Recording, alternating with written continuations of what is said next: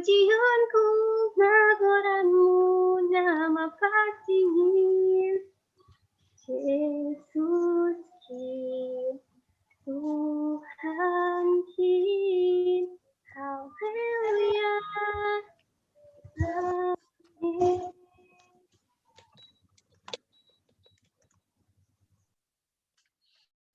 Ya, mari kita bersatu dalam doa. Bapa dalam surga, kembali kami mengucap syukur padamu ya Bapa. Pada siang hari ini kami melaksanakan katekisasi. Berilah kami kekuatan untuk mendengar dan memahami isi firman-Mu ya Bapa. Agar firman disampaikan pada siang hari ini dapat kami renungkan dan sebagai perbaikan diri kami agar lebih baik ke depannya. Kami juga berdoa untuk teman kami Audrey Gesang dan keluarganya ya Bapa, agar ia diberi ketabahan atas cobaan yang Kau beri. Dan juga kami berdoa agar kami sehat selalu dan terhindar dari virus corona ya Tuhan. Dalam nama Tuhan Yesus kami berdoa dan bersyukur. Amin. Iya, terima kasih ya buat Cindy dan Rafael yang membuka acara kita. Ya, kita harapkan sehat-sehat semuanya. Dan hari ini kita ada 2 topik nanti akan dibawakan oleh Bapak Pendeta ya. Jadi Bani Pak Pendeta Ben Hamma untuk kita mulai. Terima kasih.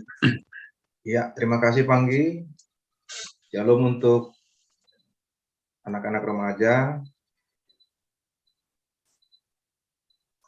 Hari ini kita akan membahas tentang etika pergaulan.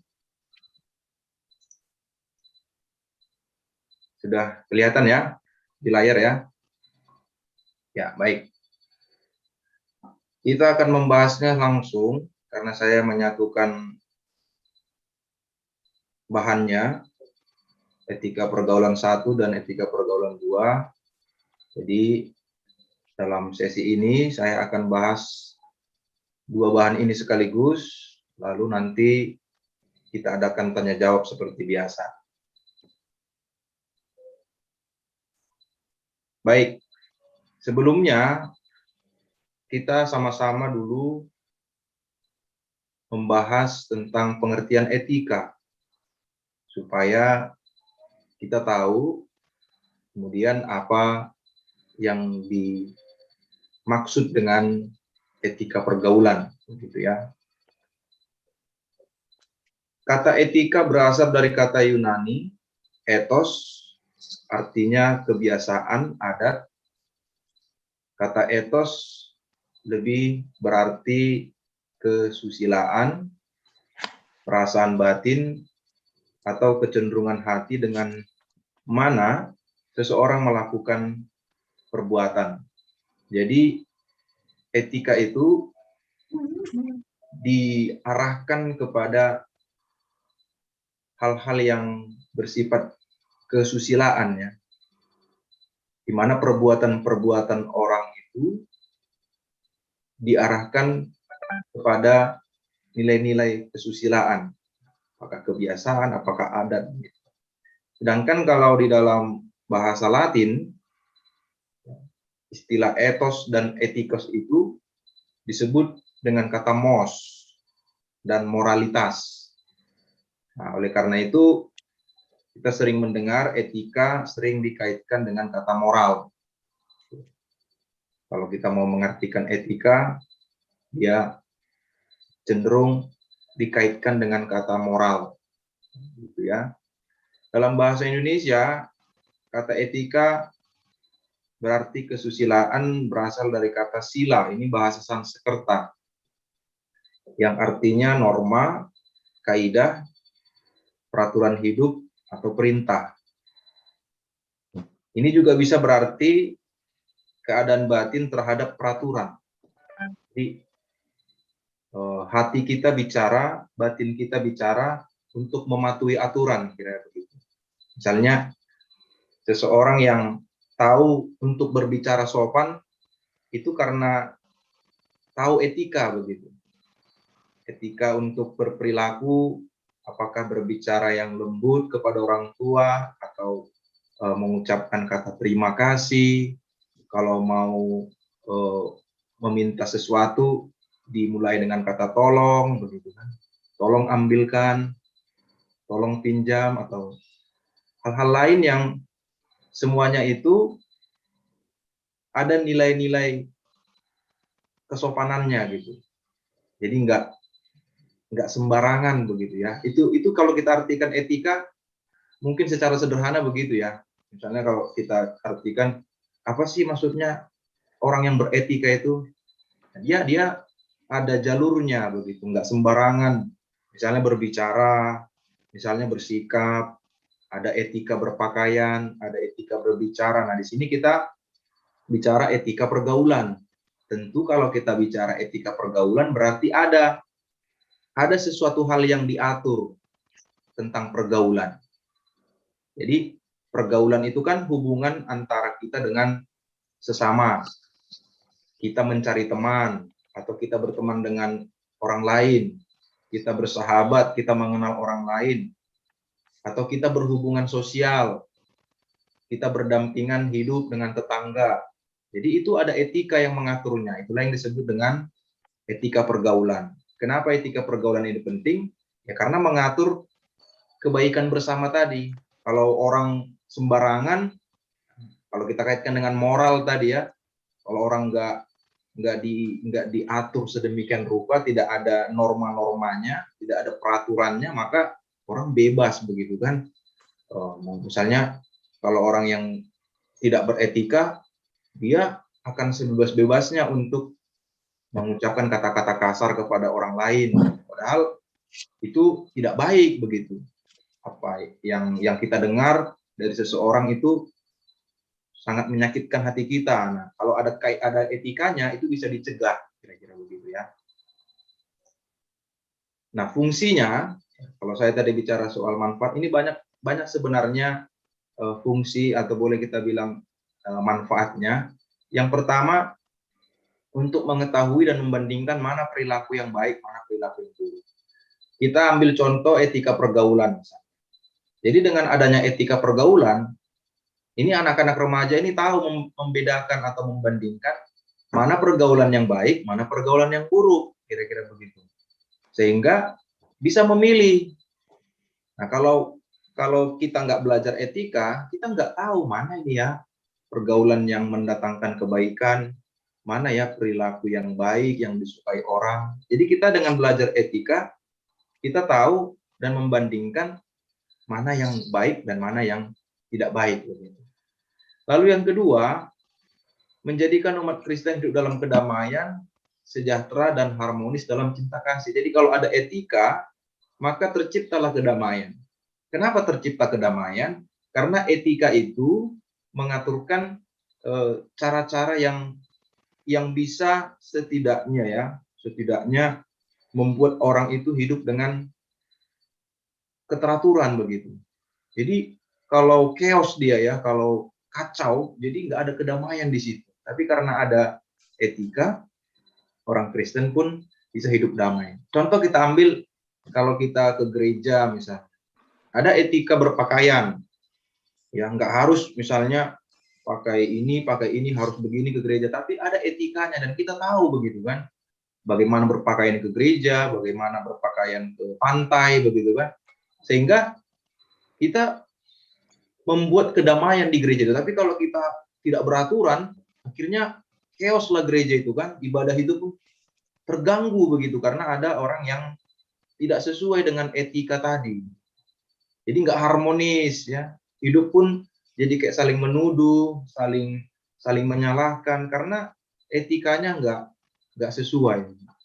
Nah, etika juga membuat manusia bertanggung jawab atas hidupnya. Baik buruknya perbuatan, hasilnya akan dirasakan sendiri oleh orang yang bersangkutan. Jadi dengan kita beretika, kita belajar bertanggung jawab. Bertanggung jawab atas diri kita, bertanggung jawab atas apa yang kita lakukan. Nah, seringkali orang yang terlalu bebas begitu ya, yang terlalu kadang tidak memperhatikan etika, dia sering lalai, tidak bertanggung jawab begitu. Padahal ada efek yang dia lakukan terkait dengan sikap dan perilakunya yang tidak beretika itu. Jadi dengan belajar etika, kita belajar lebih bertanggung jawab. Berarti saya juga memikirkan orang lain, bukan hanya memikirkan kenyamanan saya, tapi juga memikirkan kenyamanan orang-orang di sekitar saya. etika dalam Kristen mempengaruhi umat Kristen untuk selalu menjunjung tinggi moralitas dalam kehidupan beragama. Kenapa? Karena etika itu secara langsung mengajarkan tentang moral.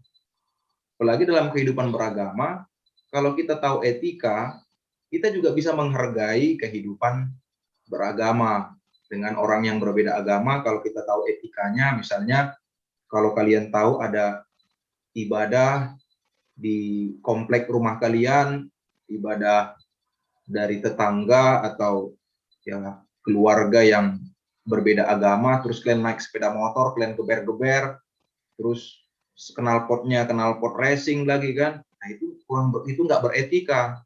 Kalian membuat keributan, padahal kalian tahu ada orang yang beribadah di situ. Tapi karena kalian tahu di situ ada ibadah, nah kalau yang beretika bagaimana?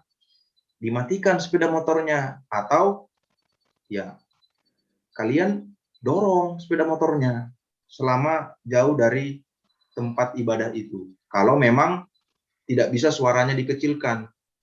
Kalau masih bisa suara sepeda motornya kecil, ya pelan-pelan begitu. Tapi kalau memang karena suara knalpotnya begitu kencang, mau tidak mau, kalau kita beretika harus kita matikan sepeda motornya, baru kita dorong sebentar, menjauh dari tempat. Itu namanya orang beretika. Gitu. Orang pun senang melihatnya. Wah, ini anak yang beretika. Dia tahu menghargai bagaimana keberadaan orang lain. Lalu yang terakhir, menjadikan manusia lebih dekat dengan Sang Pencipta yang taat pada aturan. Ya, ini secara otomatis kita belajar etika, kita semakin mendekatkan diri kepada Tuhan. Kenapa? Karena Tuhan pun mengajarkan etika kepada kita. Ya. Kalau dalam beribadah, Tuhan sudah buat etikanya. Datanglah kepada Tuhan dengan kudus, ya, dengan tidak sembarangan. Itu etikanya. Berarti kalau kita datang ke gereja itu, ya harus mandi, bersih, ya kan? Meskipun nggak diaturkan secara tertulis seperti agama yang lain, bukan berarti kita seenaknya pergi ke gereja ibadah, nggak mandi, ya, badan masih bau keringat, duduk di sebelah temannya, terganggu begitu kan? Nah, hal seperti ini adalah soal etika begitu. Nah, kita pun semakin menyadari bukan hanya sekedar taat pada peraturan, tapi juga kita takut akan Tuhan begitu. Semakin dekat kita dengan Tuhan, semakin kita mengerti, oh ini ternyata yang ingin Tuhan ajarkan kepada saya begitu. Ya, kita masuk kepada etika pergaulan. Ya. Kenapa orang itu perlu bergaul? Atau kenapa etika pergaulan itu harus ada? Kenapa ini perlu? Ada dua hal alasan utama mengapa kita ini manusia perlu bergaul. Yang pertama, manusia adalah makhluk sosial. Jadi kita nggak bisa hidup sendiri, kita perlu bergaul. Apakah dengan lawan jenis, apakah dengan sesama laki-laki, sesama perempuan, yang pasti kita ini berhubungan sosial. Kita kenalan dengan orang lain, menjadi teman baru, kita berkenalan dengan tetangga. Kita nggak bisa hidup menyendiri di dunia ini. Kita perlu bantuan orang lain, sekuat apapun kekuatan kita, kita perlu berteman, kita perlu bergaul. Itulah jati diri kita. Kita makhluk pribadi, sekaligus makhluk sosial, nggak bisa dipisahkan. Makanya orang yang hidup di dunia ini, dia perlu pergaulan, dia perlu hubungan, koneksi dengan orang lain. Itu yang menjadikan dia hidup. Lalu yang kedua, manusia memiliki daya tarik yang unik, yang membuat seseorang itu senang untuk bergaul dengan sesamanya. Jadi ada daya tarik di dalam diri kita, dalam diri orang lain, sehingga kita senang bergaul. Kenapa saya senang berbicara dengan kamu, begitu, dengan orang lain, dengan teman kita, dengan ya, teman sekelas, di sekolah, atau ketemu di gereja, dan sebagainya. Karena ada keunikan, ada daya tarik keunikan ya, tersendiri. Masing-masing kita pribadi yang berbeda, sehingga daya tarik itu pun berbeda-beda. inilah yang menjadi alasan kenapa kita senang bergaul. Kita suka bergaul, kita suka berteman, kita suka mempunyai teman baru, berkenal dengan orang-orang baru, karena ada daya tariknya begitu. Oh, enak ya dia diajak bicara, oh enak ya dia diajak ngomong. Artinya daya tarik itu tidak bisa kita pungkiri, tidak bisa kita tolak begitu. Saya memang senang ngobrol dengan dia, makanya saya ingin lebih jauh lagi berteman dengan dia supaya ya ada kebaikan-kebaikan yang kami raih bersama dalam persahabatan. Nah, dua alasan inilah yang paling utama kenapa kita perlu bergaul. Sedangkan tujuan pergaulan ada 3 ya. Tujuan pergaulan itu ada 3. Kenapa kita harus bergaul? Tentu ada tujuannya. Yang pertama, mengembangkan kasih persaudaraan. Jadi, utamanya pergaulan itu adalah persaudaraan yang dilandasi oleh kasih. Jadi ketika kita berkenalan dengan orang lain, ketika kita bergaul dengan orang lain, kita sebenarnya ingin mengembangkan kasih yang ada di tengah-tengah kita itu sebagai satu saudara, meskipun berbeda suku, meskipun berbeda agama, meskipun berbeda marga, tapi kita saudara, brother, ya. Kita saudara di dalam Kristus. Oleh karena itu, dengan bergaul, kita bisa mengembangkan kasih persaudaraan. Bagaimana caranya? Ya tentunya di dalam perjalanan persaudaraan itu akan terbinalah nanti kasih begitu. Misalnya antara saudara, saling memberi, saling membantu, teman juga begitu, lama-kelamaan dia akan saling melengkapi. Itulah tujuannya pergaulan, bukan hanya keuntungan pribadi, tapi dia keuntungan bersama. Mengembangkan kemanusiaan yang bagaimana yang mau kita kembangkan, hal-hal yang mendasar dalam hidup kita. Misalnya tolong-menolong, ya, peduli, saling menopang, saling memberikan dukungan, support gitu ya. Inilah hal-hal yang bersifat kemanusiaan. Misalnya, kenapa kita berteman, bergaul dengan orang lain? Supaya kita secara naluri kita, kemanusiaan kita jujur terhadap orang lain. Kita mengakui bahwa kita butuh orang lain. Tidak selamanya kita bisa menyelesaikan masalah kita sendiri. Jadi pergaul itu pun mengembangkan kemanusiaan kita. Lalu yang terakhir, saling melengkapi. Seperti yang saya sudah sebutkan tadi, tidak ada kita yang memiliki kelengkapan, ya, sikap yang paling lengkap, kebutuhan yang paling lengkap, sehingga kekurangan-kekurangan di antara kita itu akan tertutupi dengan adanya teman, dengan adanya sahabat.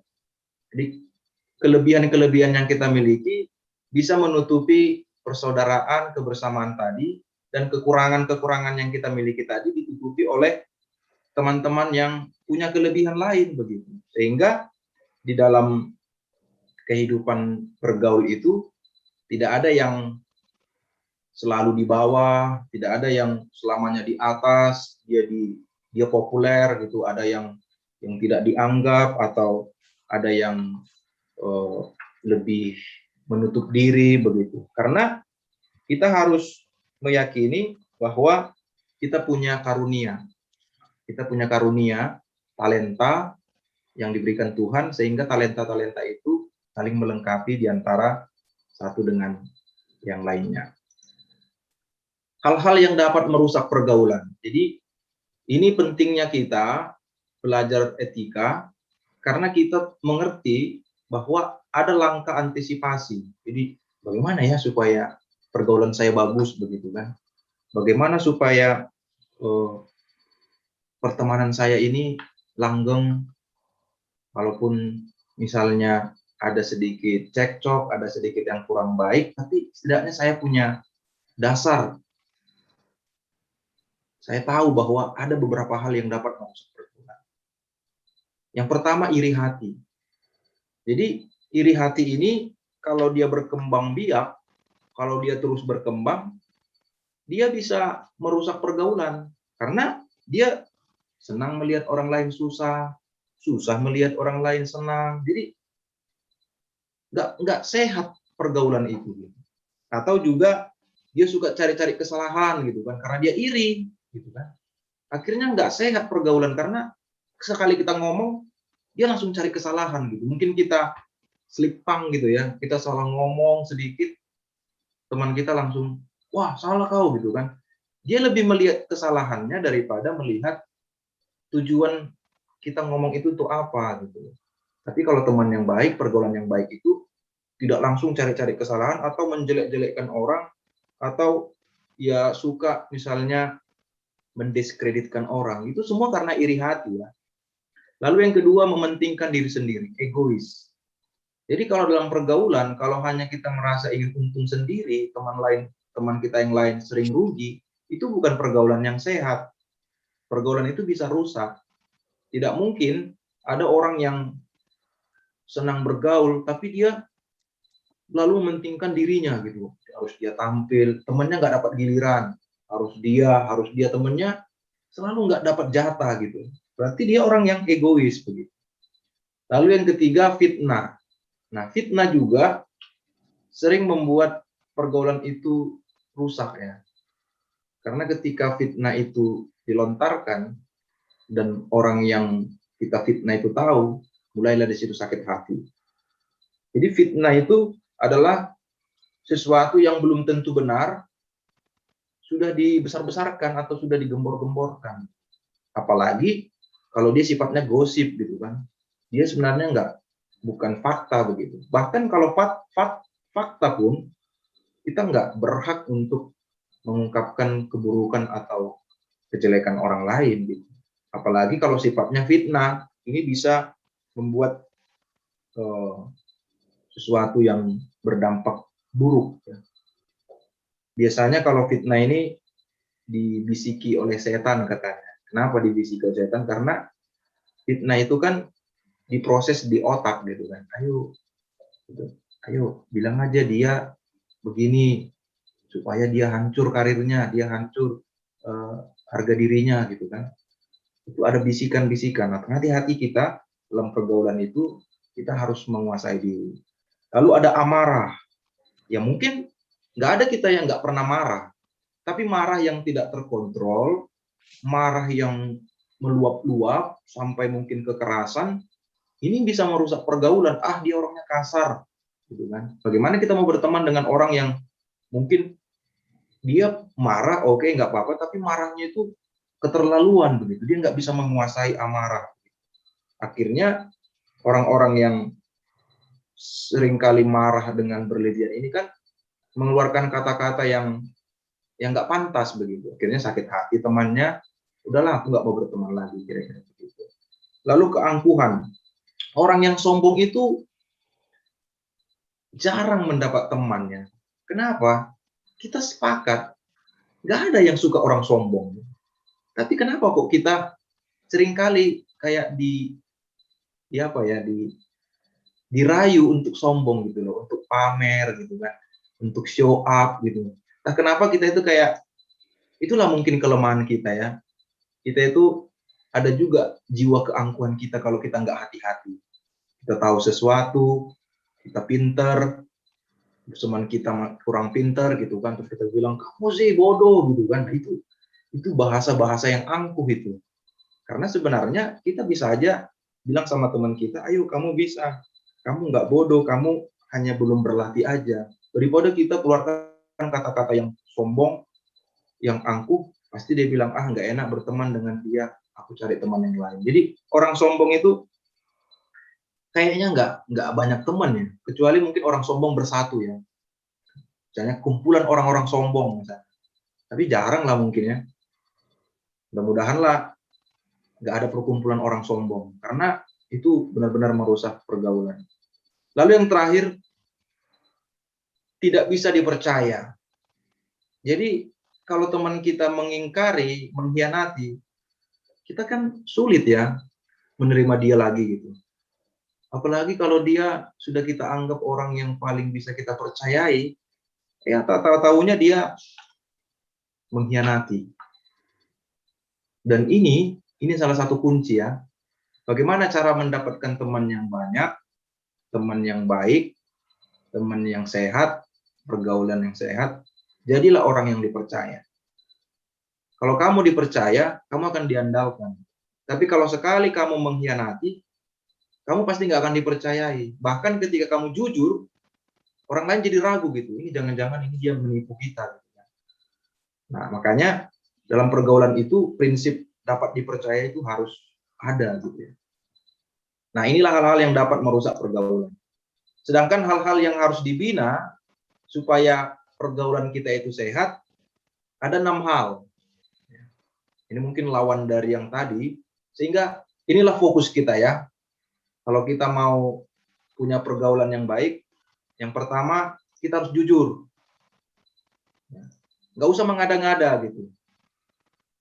Nggak usah kita memberitahu sesuatu yang sebenarnya nggak ada di diri kita. Jujur aja terhadap dirimu. Teman-temanmu akan lebih suka kamu apa adanya. Jujur terhadap dirimu, jujur terhadap orang lain. Ya jujur aja, nggak perlu aku ini sebenarnya begini, aku orang kaya, aku begini. Tapi bohong begitu kan.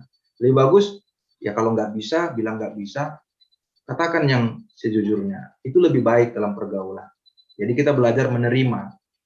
Lalu yang kedua, sopan dan ramah. Saya kira kalau kita punya teman yang sopan dan ramah, ini kesukaan kita ya. Siapa yang nggak suka punya teman yang sopan? Rasa-rasanya tenang, damai gitu ya. Kalau kita punya teman yang ramah, yang sopan, dan nggak dibuat-buat loh sopan dan ramahnya. Karena ada juga orang yang dibuat-buat tapi untuk ngejek gitu kan.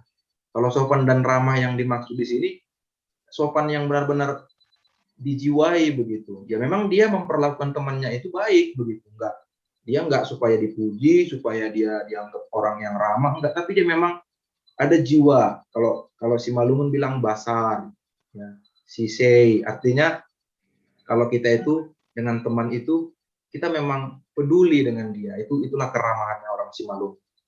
Lalu yang ketiga, memberi perhatian yang sungguh-sungguh. Nah ini juga jangan karena ada apanya, ya, karena kita mau sesuatu kita pura-pura perhatian atau kita coba untuk menarik simpati dia, padahal sebenarnya kita terpaksa begitu. Nah ini harus dibina dalam pergaulan. Perhatian yang sungguh-sungguh itu yang benar-benar bersumber dari kasih. Karena kita mengasihi teman kita kasih perhatian yang sungguh-sungguh begitu. Lalu yang keempat, memberi dorongan yang positif. Dorongan yang positif itu bagaimana?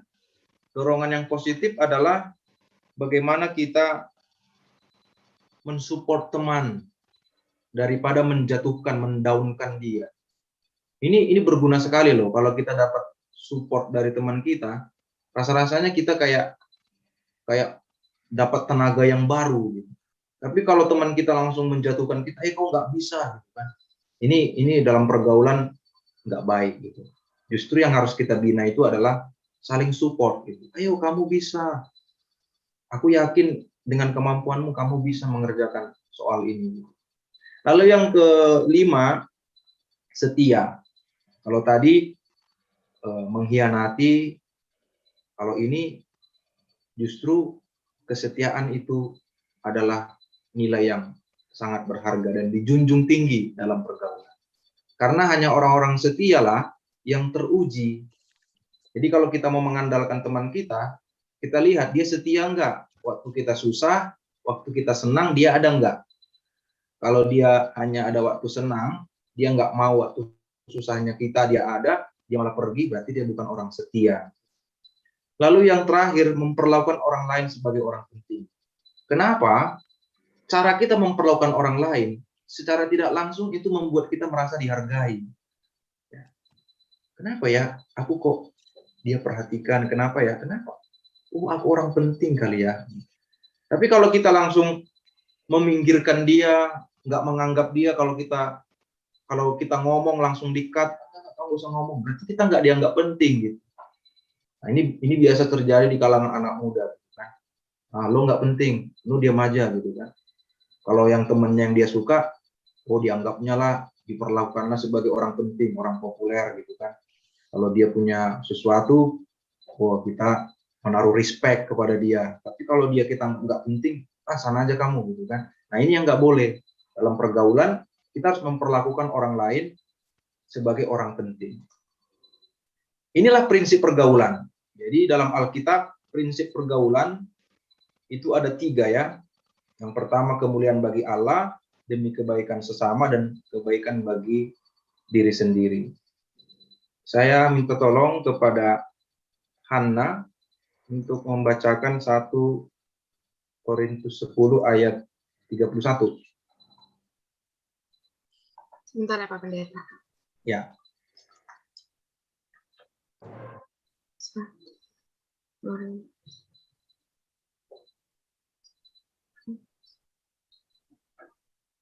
Satu Korintus 10 ayat 31, aku menjawab, jika engkau makan atau jika engkau minum, atau jika engkau melakukan sesuatu yang lain, lakukanlah semuanya itu untuk kemuliaan Allah. Iya, makan, minum. Terima kasih ya Kak Ana ya. Semuanya katanya adalah kemuliaan bagi Allah. Termasuk bergaul. Kenapa kita bergaul? Karena semuanya itu kita lakukan untuk kemuliaan Allah. Bukan hanya semata-mata aku senang bergaul, aku senang punya teman banyak, tapi yang kita lihat adalah Tuhan. Jadi harus punya prinsip ya.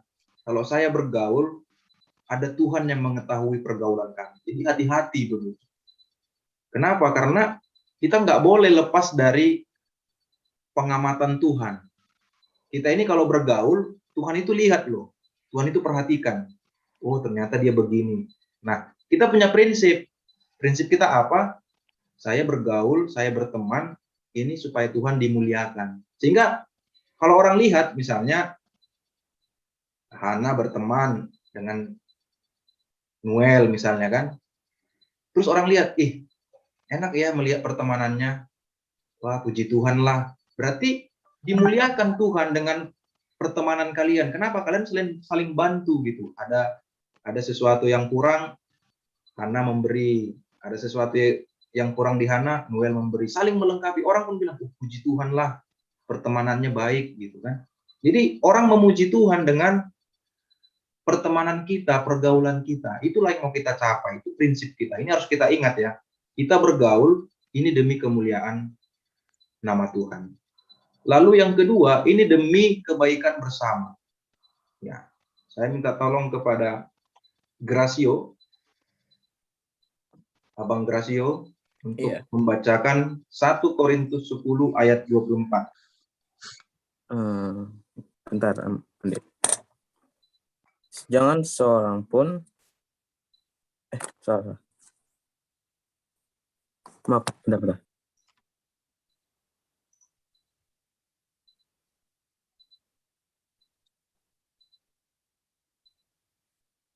1 Korintus 10 ayat 24.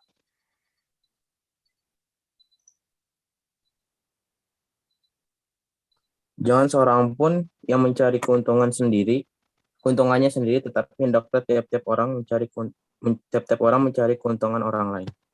Iya, terima kasih Bang Gracio. Jangan orang hanya mencari keuntungan sendiri, tapi hendaklah mencari keuntungan orang lain juga. Jadi kebaikan bersama harus dijunjung tinggi dalam pergaulan. Jangan mau menang sendiri. Jangan hanya melihat, oh nanti aku diuntungkan. Ada nggak keuntungan temanmu kalau dia berteman denganmu? Harus begitu cara berpikirnya. Saya merasa saya punya keuntungan berteman dengan Rafael misalnya, kata si Kenny. Terus si Kenny juga harus bilang dong, kira-kira Rafael dapat keuntungan nggak berteman dengan dia? Itu prinsipnya ya. Pergaulan itu kebaikan bersama. Saya dapat untung, teman dapat untung. Ini udah diaturkan dalam Alkitab kita. Jadi nggak ada orang yang bergaul, dia untung sendiri gitu. Nggak ada orang yang punya relationship, dia, wah saya pasti dapat untung. Kalau dia mau rugi terserah. Itu prinsip yang salah. Prinsip kita yang benar adalah junjunglah kebaikan bersama. Jadi demi kebaikan bersama. Lalu yang ketiga, Ya. Yang ketiga ini kebaikan bagi diri sendiri. Jadi kalau tadi kemuliaan bagi Allah, kebaikan bersama, dan ternyata dalam bergaul itu kita nggak rugi gitu loh. Kita harus yakin bahwa ada yang kita dapatkan gitu. Coba Kak Lizet dibacakan 1 Korintus 10 ayat 23.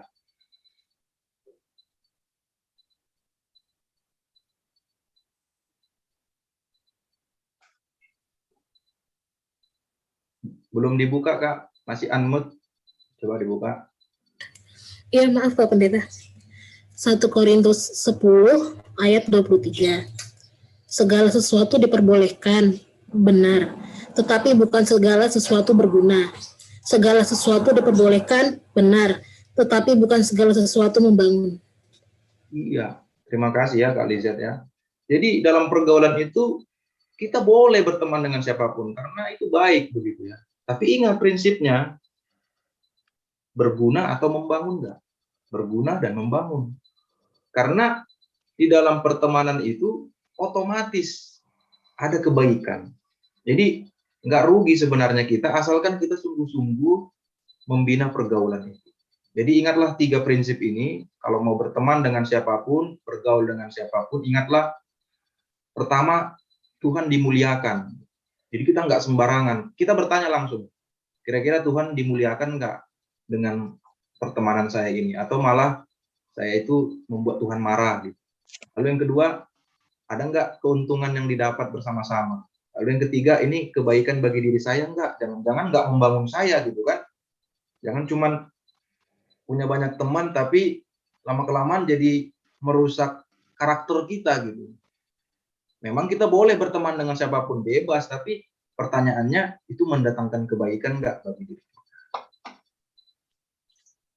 Itulah mungkin beberapa hal yang boleh saya tekankan, saya share untuk topik pergaulan, etika pergaulan 1 dan 2. Itu sudah merangkum 2 bahan yang saya ambil dari Bina Iman, dan sekaligus ada beberapa hal yang saya tambahkan tadi. Baik,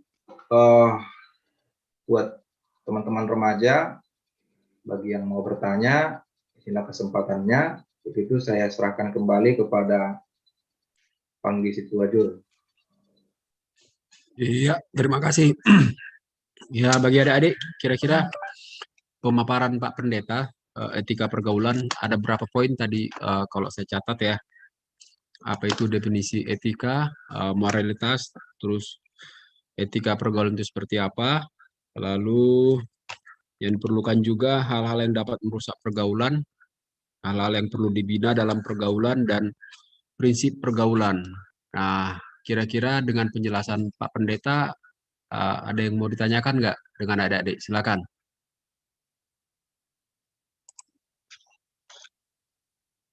Cukup jelas ya yang disampaikan Pak Pendeta ya bagi adik-adik ya. Hari Minggu. Silakan, Gracio. Ya, Pak Pendeta, aku pengen tanya. Misalkan ada satu kejadian gini. Kita berteman sama satu orang. Satu orang itu baik sama kita juga hubungannya baik sama dia. Tapi satu orang itu tuh kayak ke semua orang tuh lain, kayak semua orang tuh iri hati, yang jelek-jelek lah, yang dapat merusak. Tapi kalau sama kita tuh baik-baik aja. Apakah itu termasuk pergaulan yang buruk atau yang harus dihindari, atau kita harus gimana, Pak Pendeta? Ya, mantap tuh pertanyaan Gracio. Ada lagi sebelum dijawab Pak Pendeta? Lizet mungkin bertanya? Dehana? Hana? Oh, Jonathan, silakan. Kalau misalkan ya teman dia tuh ngeselin banget, nyebelin banget. Suaranya Jonathan kurang jelas. Ada itu. Suara.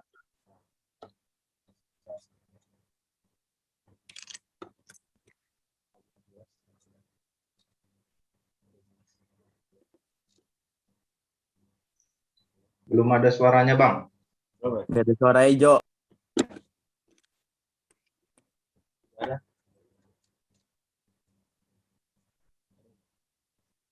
Langsung aja kayak dari HP aja. Langsung aja, nggak usah sosokan aja. Langsung gimana tuh? Oke. Udah bisa. Udah, oke. Kalau misalkan kita punya teman yang nyebelin banget, pokoknya yang nyebelin, tapi dia mau bangun kita juga tuh gimana? Masih kurang jelas, Masih Jonathan. kurang jelas.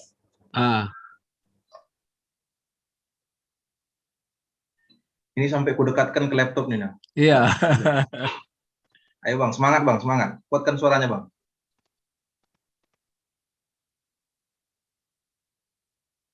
Itu udah bisa? Udah bisa, masih nggak bisa.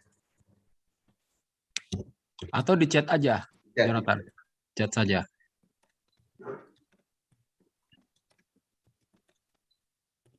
Adik-adik lain, satu lagi pertanyaan. Pak Pendeta. Apa Liset. Pendeta? Mau nanya dong. Siapa? Liset Siapa ya? nih? Jadi Oh ya. Dulu nih. dibatasi aja. Oh, Ini dua boleh Samuel. orang. Habis Samuel, Liset nggak apa. Ayo Oke. Samuel. Mau nanya dong Pak Pendeta, cara memperbaiki pergaulan tuh gimana? Cara memperbaiki pergaulan. Oke. Liset. Iya Pak Pendeta, aku mau nanya. Misalkan nih Pak Pendeta, kita udah berteman, dekat sekali gitu, sampai mungkin kita menceritakan yang nggak kita ceritakan ke orang lain, tapi kita ceritakan ke dia gitu. Suatu ketika, dia membuat kita kecewa, karena kita terlalu percaya gitu Pak Pendeta.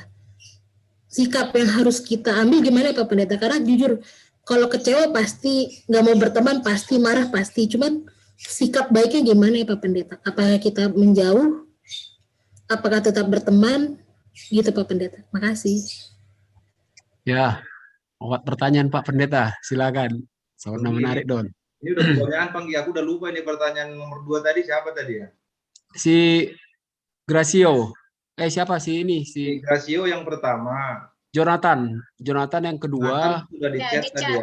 Di chat ya. Di chat. Yang ketiga Bagaimana? tadi siapa? Saya nggak dengar yang ketiga, mungkin bisa di chat lagi dulu ya. Yang Jonathan. ketiga cara memperbaiki pergaulan.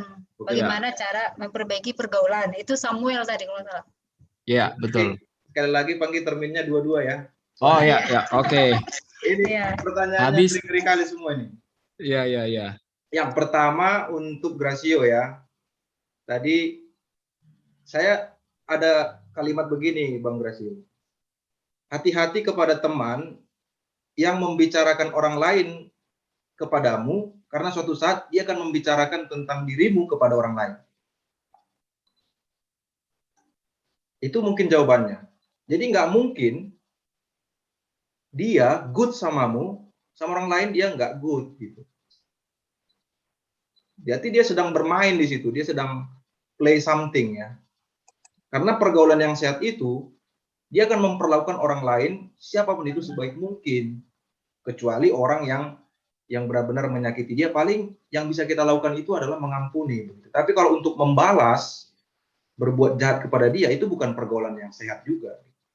Jadi kalau kamu punya teman yang sering memburuk-burukkan atau memperlakukan orang dengan buruk, suatu saat kamu akan kena pada satu titik nanti. Jadi harus hati-hati dengan teman yang seperti itu.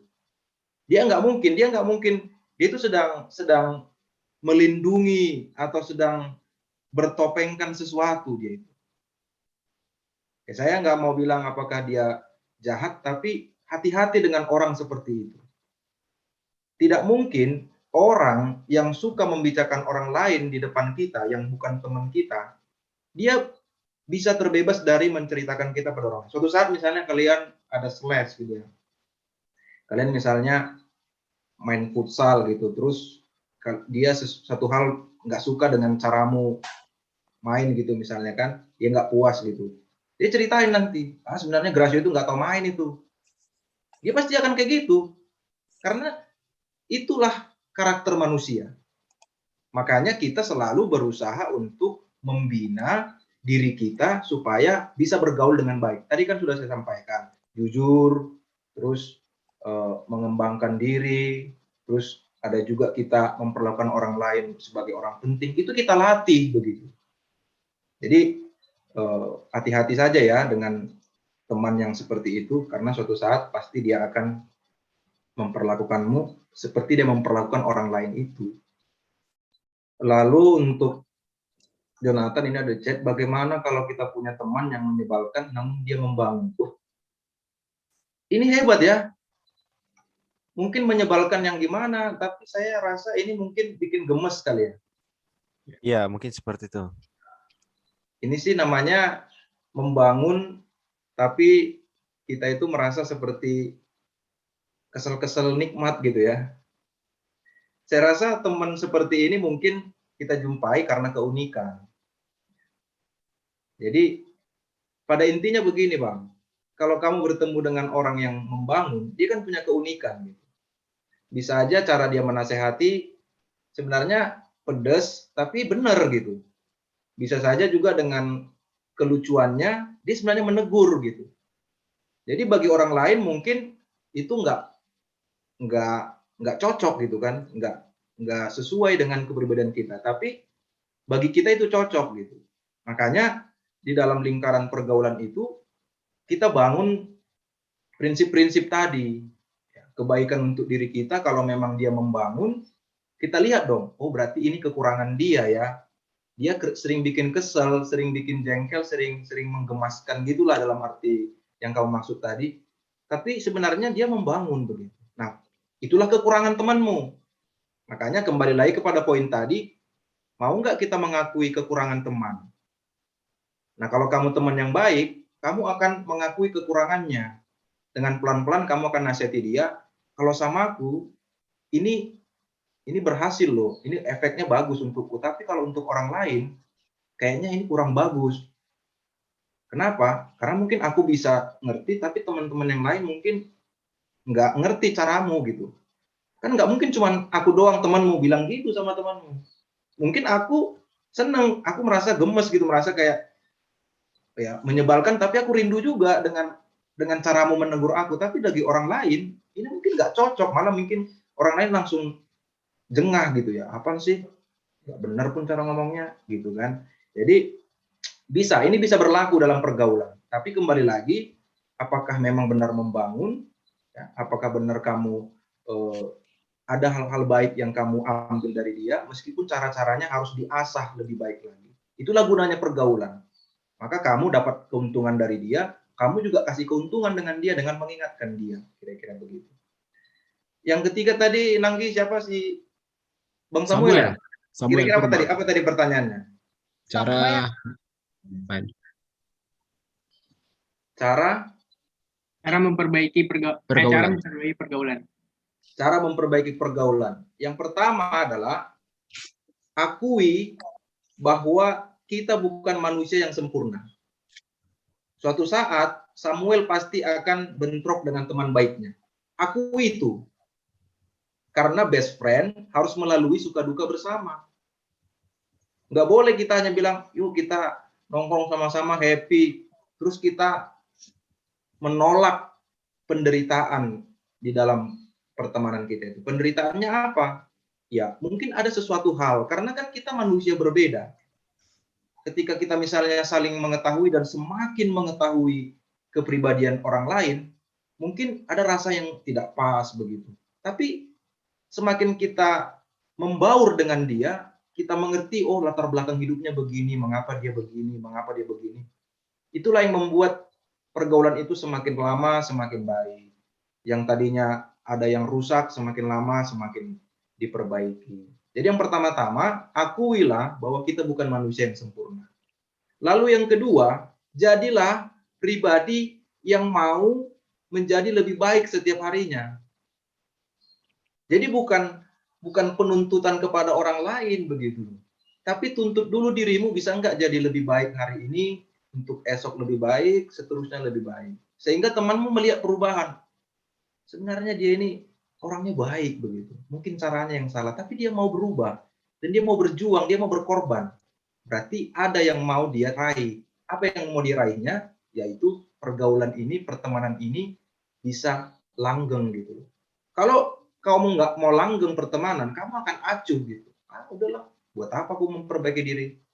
Karena toh juga aku nggak mau berteman lagi dengan dia. Tapi karena kita punya keinginan untuk merawat pertemanan ini, nggak mau rusak pertemanan ini, maka perbaikilah dirimu.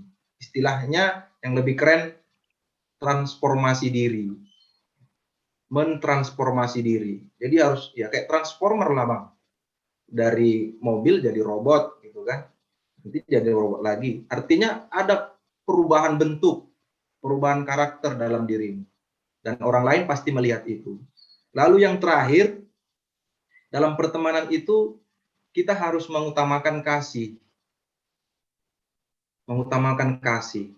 Jadi kalau kamu mengutamakan kasih, maka teman-temanmu pasti akan terpengaruh gitu. Kalau kamu punya teman, terus yang kamu utamakan adalah kasih, ya, bagaimana supaya kalian bisa saling mengasihi, saling membantu, saling berkorban, itu akan merawat pertemanan itu. Tapi kalau hanya untuk sekedar teman biasa, atau katakanlah hanya cuma tahu namanya aja, mungkin ini nggak diperlukan. Tapi kalau dia dalam hubungan yang lebih, katakanlah teman yang baik gitu kan, yang kita percaya, nanti kalau saya sudah dewasa, dia nanti sudah kuliah, saya juga kuliah, kami ketemu entah di mana lagi, kami tetap best friend, saling mendukung walaupun berjauhan, bisa saling memberikan jalan keluar. Misalnya kalau dia lagi susah, aku ada teman dengerin dia, atau aku susah, dia dengerin aku. Jadi kualitas hubungan itu bisa terjalin karena ada kasih. Sama seperti kita bergereja juga. Kalau jemaat itu nggak punya kasih, nggak awet kehidupan gereja itu. Karena kalau sudah kasih itu sudah lama-kelamaan pudar, ya, kasih itu lama-kelamaan tidak lagi kelihatan, maka ya ibarat orang yang nggak punya sense of belonging, nggak ada rasa kepemilikan bersama, ya dia masa bodoh aja gitu. Tapi karena kamu punya kasih, kamu care dengan teman, dan itulah yang merawat pertemanan itu. Yang terakhir, Lizet tadi ya, Kak Lizet tadi apa tadi ya? Bagaimana tadi? Apa pertanyaan tadi, Kak? Tuh Pak Pendeta, kalau kita udah percaya sama temen, cuman suatu ketika gitu, nggak disebut mengkhianati, mungkin kita kecewa juga, karena apa yang kita sampaikan ternyata itu jadi hal yang dibicarakan ke banyak orang gitu. Sikap kita gimana ya Pak Pendeta gitu, maksudnya kalau kecewa pasti, marah pasti, maksudnya arti kata kita percaya tapi kok bisa dia melakukan ini kepada kita gitu. Apakah kita harus menjauhi? Apakah tetap berteman gitu? Gimana ya Pak Pendeta? Ya, jadi sama seperti yang sebelumnya tadi ya. Pertama kita harus mengakui ya, tidak ada persahabatan yang sempurna. Tidak ada persahabatan yang sempurna. Dalam arti sempurna ini, tidak ada pertemanan yang tidak pernah ada sesuatu yang bagi kita itu merasa kurang begitu. Itu pasti terjadi, itu fakta, itu realita di dalam hubungan pertemanan. Jadi kalau kamu kecewa, kamu kesel, kamu marah karena dia mengkhianati atau sebaliknya, itu hal yang wajar. Lalu bagaimana kita menghadapi hal-hal seperti itu? Yang pertama adalah kita harus mengakui. Kita harus mengakui dulu bahwa teman kita itu adalah teman yang punya kelemahan. Lalu yang kedua, kita juga meminta pengakuan dari dia. Untuk sesuatu yang baik sebagai seorang teman, tidak cukup hanya dari kita. Tapi kita juga menunggu pengakuan dari dia, apakah dia mengaku salah. Karena kita butuh itu. Kalau dia nggak merasa bersalah, hubungan kalian nggak sehat gitu loh. Kamu udah merasa ada yang salah ini udah bikin malu, ini udah bikin sesuatu yang nggak benar gitu kan. Tapi dia kayak santai-santai aja gitu. Katakan kepada dia bahwa dia salah. Tunjukkan kesalahannya secara sopan. Misalnya kalian berdua komunikasi, nggak usah di depan orang gitu. Ya katakan apakah kalian chattingan atau teleponan, ungkapkan dengan baik, dengan penguasaan diri, yang nggak usah meledak-ledak emosinya. Usahakan dulu kalau kamu siap untuk berbicara dengan dia, setelah kamu marah dengan dia, ambil waktu sebentar, tarik nafas, terus kamu telepon dia atau kamu chatting dia, kamu salah loh, kamu nggak salah, tahu nggak kamu kesalahan kamu di mana. Nah setelah itu kamu akan dipulihkan. Lalu masuklah pada tahap berikutnya, kamu menerima dia dengan catatan. Menerima dengan catatan itu artinya apa? Sudah ada kehati-hatian. Itu wajar loh, wajar. Karena nggak mungkin kita membiarkan diri kita terluka untuk kedua kalinya. Memang best friend, teman-teman baik. Tapi kita harus melatih diri kita juga untuk jujur. Kita ini bukan superhero gitu loh. Yang kamu bebas menyakitiku selama setiap harinya. Gitu. Tidak ada seorang pun, bahkan teman sekalipun yang bebas menyakiti kita setiap kali kita bertemu atau di dalam setiap pergaulan kita. Dia juga nggak berhak untuk menyakiti kita. Kita punya privasi juga, meskipun dia best friend kita. Makanya kita harus buat langkah-langkah antisipasi. Artinya kita udah tahu dia bagaimana gitu kan. Ya, artinya setidaknya untuk menjaga supaya kita tidak terluka, ya kita harus siap dengan menerima dia, sekaligus juga kita siap untuk memperbaiki kesalahan dia. Lalu yang terakhir adalah ketika kita sudah menjalin hubungan yang tadi dengan catatan tadi, kamu tidak perlu menjauh dari dia, tapi kamu seperti membuat rule gitu ya, peraturan begitu. Tidak perlu kamu harus langsung memusuhi dia, tidak. Karena di situ akan mengingkari prinsip tadi. Prinsip tadi kan demi kemuliaan Tuhan. Kalau demi kemuliaan Tuhan itu, teman kita harus tahu bahwa dia punya kesalahan dan dia harus mentransformasi dirinya. Kalau nggak melalui kamu, dari mana dia tahu? Karena kamu best friend. Masa kamu tega, dia kayak gitu terus, nanti ketika dia sudah kuliah, dia ketemu dengan temannya, dia lakukan lagi dan banyak korbannya seperti kamu. Jadi kamu harus artinya ya ini butuh langkah besar ya Kak ya. Artinya kamu tetap tidak memusuhi dia, tapi dengan memperlakukan dia sebaik mungkin, tapi dengan catatan tadi kamu sudah kasih dia rule, peraturan. Begini loh, dalam pertemanan itu nggak boleh seperti ini. Kalau kamu memang anggap aku teman, ya kita sama-sama mematuhi dan menjunjung tinggi menghormati peraturan ini. Kalau enggak, ya buat apa kita berteman untuk jangka waktu yang panjang. Dan ini berlaku untuk artinya apakah dia teman kita ataupun saudara kita juga, ini juga berlaku. Ya, saya kira itu ya untuk teman-teman yang sudah bertanya. Mudah-mudahan cukup menjawab ya. Ya, adik-adik. Saya rasa cukup jelas ya yang disampaikan Pak Pendeta ya. Ya, bagi yang bertanya, Dizet, Jonathan, Samuel sama Gracio. Mungkin ada lagi adik-adik mau bertanya, 2-3 orang lagi. Cukup jelas materi dari etikanya. Ingat loh, hati-hati ada bahan ujian dari Pak Pendeta nanti di masalah etika. Nah. Ada lagi yang mau tanya kira-kira? Rafael? Nggak ada Rafael? Kalau nggak ada, pertama-tama kita sampaikan ke Pak Pendeta untuk materi yang disampaikan kepada adik-adik perguru. Saya rasa cukup jelas ya, adik-adik cukup jelas sampaikan Pak Pendeta ya, dengan sangat terperinci dan ada hal-hal yang positif yang dapat menjadi suatu masukan bagi adik-adik. Nah, berikutnya nanti kakak sekretaris akan mengumumkan jadwal pelajaran kita. Nah, termasuk nanti setelah habis pelajaran kita akan ada off, lalu kita akan 2 kali ujian ya. Ujian lisan sama ujian tertulis. Nah, kita informasikan kalau ujian tertulis nanti yang memberikan adalah Pak Pendeta. Jadi materi yang selama disampaikan, tolong dihafal ya. Lalu yang berikutnya kalau ujian lisan, ingat ya, nyanyian, Mata Porsayon sama Tonggoham Bapak Nami. Harus bisa ya adik-adik ya. Jangan malu lah, jangan buat malu lah nanti orang tua dan kakak pembinanya udah diingatin terus kenapa nggak bisa katanya kan. Nanti malu kita sama Pak Pendeta di sini. Ya. Oke, silakan Kak Sekretaris disampaikan pengumuman untuk hari ini bagi adik-adik. Ya, terima kasih kepada Pak Pendeta yang sudah memberikan penjelasan pembelajaran pada hari ini.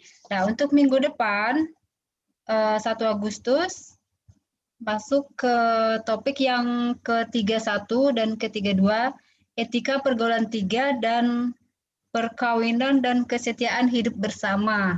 Nah, yang bertugas pembawa pujian Chris Wilson Damanik, doa pembuka yang dibawakan oleh Jonathan Christian Kriswibowo.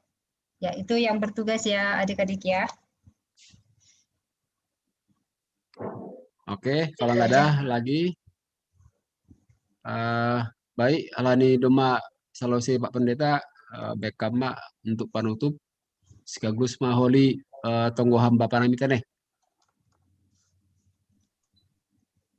Baik, terima kasih atas partisipasi kita. Mudah-mudahan pelajaran etika pergaulan hari ini bisa menjadi pelajaran yang berharga, terutama untuk anak-anak remaja di dalam membina diri, mengembangkan diri, bergaul, berteman, sehingga tahu apa yang menjadi etika, hal-hal baik yang harus dibangun. Baik, kita akan tutup acara kita hari ini, katekisasi CD hari ini, kita bersatu dalam doa. Bapa di dalam sorga, kami berterima kasih atas penyertaan-Mu yang memberikan kami kesempatan dan memberikan kami kesehatan sehingga kami bisa berkumpul, anak-anak remaja, anak perguru, katekisasi CD, PKPS Bekasi, yang pada saat ini Tuhan telah berkumpul bersama-sama mendengarkan pelajaran tentang etika pergaulan. Biarlah Tuhan, apa yang sudah kami pelajari bersama menjadi bekal dalam kehidupan kami, terutama bagi anak-anak muda, anak-anak para guru, yang nantinya Tuhan, mereka akan lebih memahami, lebih bijaksana di dalam bersikap, di dalam bergaul, berteman dengan orang lain. Terima kasih Tuhan, kiranya Engkau memberikan kami hikmat kepintaran, agar kiranya Tuhan, apapun yang terjadi dalam kehidupan kami tetap bersikap, berpikir positif untuk menghadapi setiap pergumulan hidup kami.